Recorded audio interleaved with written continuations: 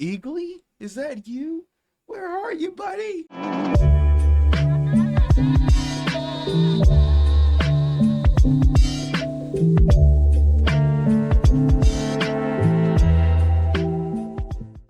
What is up? Welcome to the channel where I talk, you listen. I'm your host Anonymous, and today we have a lovely topic. We're going to be talking about Peacemaker Season 2. My God, this show is amazing. I think that I love it. Not even kidding. This show is doing something that I've always wanted. But first, let's talk about the specifics. Superheroes, multiverses, bald eagles, and John Cena crying into a mask. Yep, this season's got it all. Oh, let me calm down. Sorry, I had like 3 oranges this morning. If you thought your favorite antihero was done doing ridiculous things in tights and chasing peace at any cost, buckle up because Peacemaker is back with Season 2, and let me tell you, it's one of the best follow-ups to a superhero show in a long time. But if you don't know what's going on, don't worry, because I've got you covered. Let's dive in. Season 2 picks up in the newly rebooted DC universe after the events of this movie of Superman 2025. And it sees Christopher Chris Smith, Peacemaker, that's John Cena doing both the big laughs and the big tears, discovering alternate dimensions, old regrets, and new heroes. Let me tell you now, if you don't want spoilers because you want to watch the show, you should probably click away. But come back when you're done, of course, so I can tell you how I feel about the show. We've got cameos. We have multiversal weirdness. We have serious emotional arcs. And yes, we have that lovely bald eagle, Eagly. One of the best characters in the show. He's getting his own storyline. My God. Let's talk about the show and what it's doing with the characters and what pretty much works. First, the Chris Harcourt relationship. Amelia Harcourt is no longer just a stoic agent. She has depth. She has conflict. And Chris actually tries. Cena shows range. And one of the best things about this show is that this has got to be John Cena's best role ever. I mean, every time that he's on screen as Peacemaker, he lights up the show. He's definitely a very good actor, and I think that this is his best role. This guy's funny as hell 1 minute, and then haunted the next. He can crack jokes. He can hate. He can cry. Then there's Ads, played by Danielle Brooks. She steps into her own this season.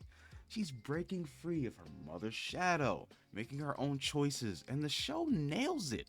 I mean, her growth seems and feels so real. The actor is doing such a great job with the character. My God, all of the actors are doing a great job, honestly. And the story is so good. It's not lackluster. It brings back a lot of familiar faces. It does a lot of things right. And the interplay between the characters, the fear, the awkward moments, the vulnerability, it all works. They have so much chemistry on screen together. And I got to say this now. I have to. I am so excited because James Gunn is doing exactly what I wanted when I was talking about the Marvel Cinematic Universe. This is exactly what I was hoping for. I did a couple videos prior to this one talking about how badly I wanted to see the actors from the Marvel Cinematic Universe to come into the Disney Plus shows and then have cameos. They don't even have to be there for a super long time. I mean, like, some characters showed up, but sometimes it felt forced. And does anyone really like the Disney Plus shows besides freaking WandaVision? Does anyone like that besides WandaVision and Loki? The point is, Peacemaker is doing the DCU a huge solid right now. I mean, we've got plenty of characters that show up in this show. You know, we got the episode 1 where we see Hawkgirl and Guy Gardner, and then later on we get a massive surprise. Oh my god. But anyway, I'm getting a little bit off task. Let me get back on track. This show blends the absurdity of superhero shows, giant eagles, multiverse portals, weird weapons, with the emotional weight of being human, the shame, the regret, wanting approval, and friendship, family, all of the above, pretty much. Even when you wear a helmet with a dove on it. It ties into the mainline movies. You don't understand. This is exactly what we need. Again, we got Hawk Girl, we got Guy Gardner, we got Flag Sr. and Rick Flag Jr., and then the big bad Lex Luthor. Crossover tension, the big chessboard of heroes and villains plotting, working together and failing or succeeding. Who knows what could happen? Now, other superhero shows, many spin-offs, many do okay, but few feel this connected and this emotionally alive. Peacemaker isn't just a sidekick show. It isn't filler. It's main event quality. I mean, there are only 8 episodes in each season, but each episode stands alone. It's you can tell that the people writing this show have a vision and they know how to make that vision come to life. Because I mean, if you haven't watched it yet, you definitely should. If you're a DC fan, or if you're not a DC fan, whatever, it doesn't really matter. You should just watch the show because it's a good show. And that's the other thing, because it's a good show. And when I say a good show, I say that 3 times. One more time, a good show. Listen, aside from it being a superhero show, it does a lot of the normacy of reality TV, or like your average everyday drama, right? Thriller and suspense and all that kind of stuff. And I'm sitting there watching the show like, wow, like sometimes they aren't even fighting, you know? They're just being themselves, and it transitions so well from, you know, them being like a person to being like a badass. And that's one of the things that I loved about Young Justice, is the fact that they could show them in their home lives and what their home lives are like, their backstories and whatnot, but then also put on the suit and be that hero or villain or anti-hero or whatever you want to be called. And another thing that I want to say is that the show doesn't treat the movie world like something separate. It uses those movies as context and then builds from it. Now, I know that a lot of people be like, oh my god, so now I have to watch a show and watch the movies. Well, I mean, I guess that's kind of the point, right? You watch the shows for longevity, I guess, maybe, and then also storyline and elements and all that kind of stuff, right? And progressiveness. And then you have the movies that also provide story, progress, but then they do it on a much higher scale. And I think that, I don't know how much the budget was for the show, but they definitely utilize that budget and don't overdo it with like weird visuals and special effects. A lot of the special effects seem to fit very well, and they're actually, it almost feels like they're changing the way that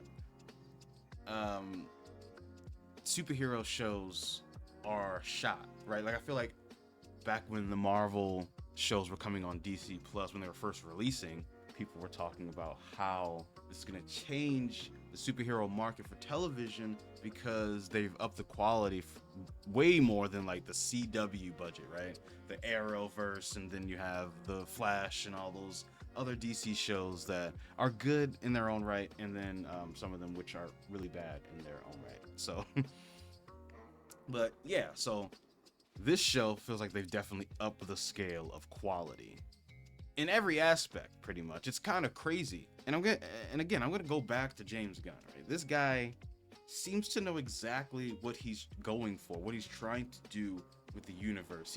He's used the characters from the movies, put them in the show, and then have them add more depth to the show. It's like, oh my God, finally we're getting actors, big time actors from movies, come down to the TV show level and give us big screen quality. I mean, eventually the haters have to realize, and listen, if you're a Snyderverse fanatic or fan, whatever, that's fine.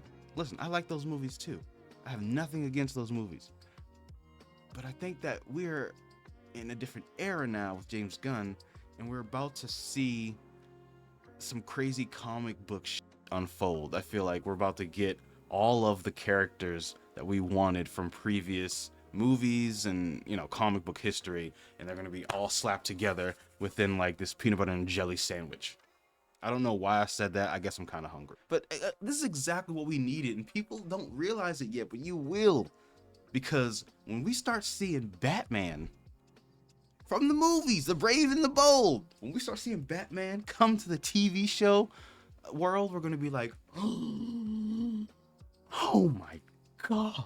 Batman and Robin are teaming up with freaking Hal Jordan and John? It's going to be the greatest thing that you ever thought that you would never see. We are weaving together a character path, ladies and gentlemen. This is going to be epic. And yes, I know that the actual comics from Peacemaker are very different. But here's the bold truth. For once, a live action adaptation makes the character better than it was before. Peacemaker's comics are severely flawed and outdated. Let's be frank. So the fact that this character was dug up from the grave and put on a piece of paper and then given a brand new life and story, molded into a brand new life and story, and some high quality aspects, man. I mean, like, I feel like this is, you know, when like people say like Ryan Reynolds is Deadpool, right? He was made to play this character. I think you can say the same about John Cena being Peacemaker. I don't think that there's anybody who can make this show feel serious and silly at the same time. And you can take him seriously. That's the thing. He's not all just jokes or all just muscle. Also worth noting, the show does an excellent job of tackling real race issues, especially through Adebayo's perspective. And I'm sure that many of you, or, well, listen, I'm not sure about anything, but some of you may not even notice or even care that the show is providing a little bit of shine. It's giving a little bit of a shine to Black people, right? It doesn't shy away from the fact that she's a Black woman and she looks different and she's looked down upon because of it, right? A lot of the issues with shows these days, they just kind of throw in a Black character for the sake of it, but she's not just a Black character, right? She's the daughter of Amanda Waller, for one, and then two, she has her own life, her own path, and she's Chris's best friend. And then there's an episode in season 2 where you know, again, spoiler alert, if you haven't watched the show, please click away and then come back. But I just need to talk about it because it felt so real. Like sometimes, you know, when you're in a certain neighborhood and you're Black and then people just looking at you a certain way, I don't know. It just be happening, bro. And that's real life. And so I'm glad that, what was it, episode 6 into episode 7, that those kind of things happen, like the dimensional. You guys know what I'm talking about. Yeah, they were in the other alternate they were in the alternate dimension, and she started getting chased by all the white people. That is a very real fear that we as Black people have, especially in today's society. I'm not getting all political. I just wanted to mention that part specifically because the show layers this with humor and chaos, but it hits hard at the same time. Like, if you know, you know. And then The show refuses to be a lazy money grab. You don't have to expect lazy storytelling. You pretty much, when you watch the show, you get what you deserve.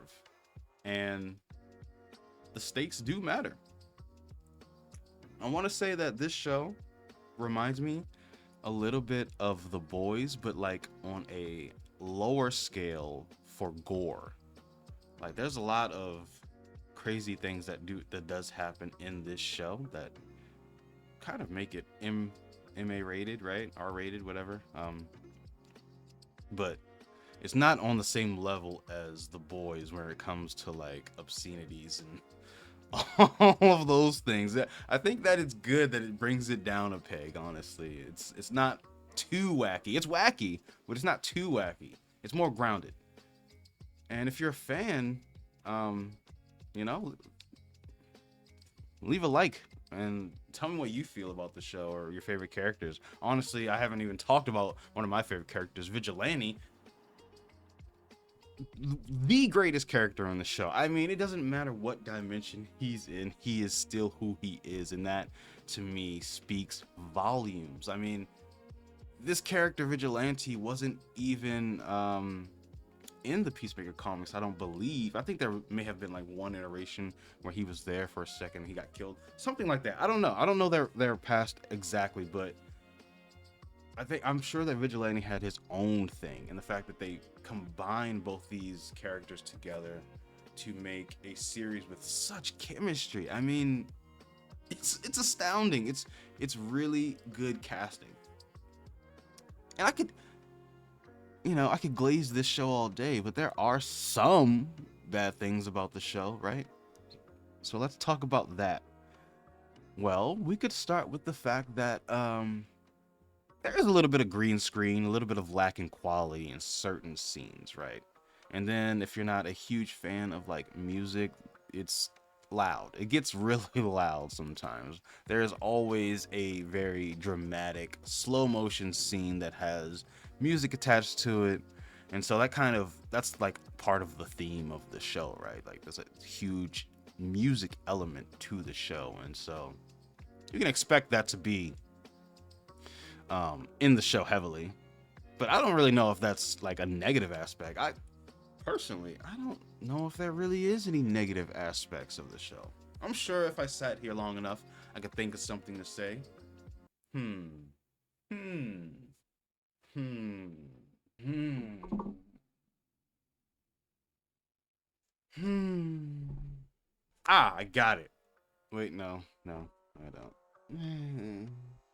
Personally, I think that shows are a little bit better when they don't have that hint of romance. When the show can just be straight up romanceless. But at the same time, I do think that Chris deserves, friends, family, love, all that stuff, right? Um, yeah, I do think that the show could survive without the love aspect. That's just me. It's like sometimes you'll be like sitting there and Chris will be wallowing in his own sadness and he'll be looking out the big blue, looking out the window at the big blue sky, and he's just like, no, but that's some real stuff though. Anyway, this show reminds us being used to the system doesn't mean you have to accept being bored. Be loud about what you want. So, okay, Peacemaker Season 2, it's wild, it's smart, it's funny. It's connected to the bigger universe. It gives us character arcs, emotional beats, and stakes. It's exactly one of the best superhero shows follow-ups I've seen in ages. I don't know why I said it like a robot. It's actually one of the best superhero show follow-ups I've seen in ages. If you watched it, drop a comment down below on which moment hit you the hardest. If you haven't, go watch it, then come back and tell me what you think. This is a big deal, guys. We don't know it yet, but this has stakes. And for those of us who did watch the end credits, TV shows have those now. What do you think? What does the future of Peacemaker look like now that he's been thrown into salvation? Have to wait and find out. All right, guys, thank you so much for watching. Hit that like button, subscribe for more videos just like this.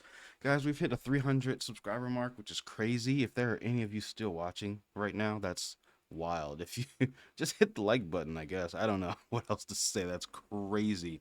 Why are you guys watching me? Be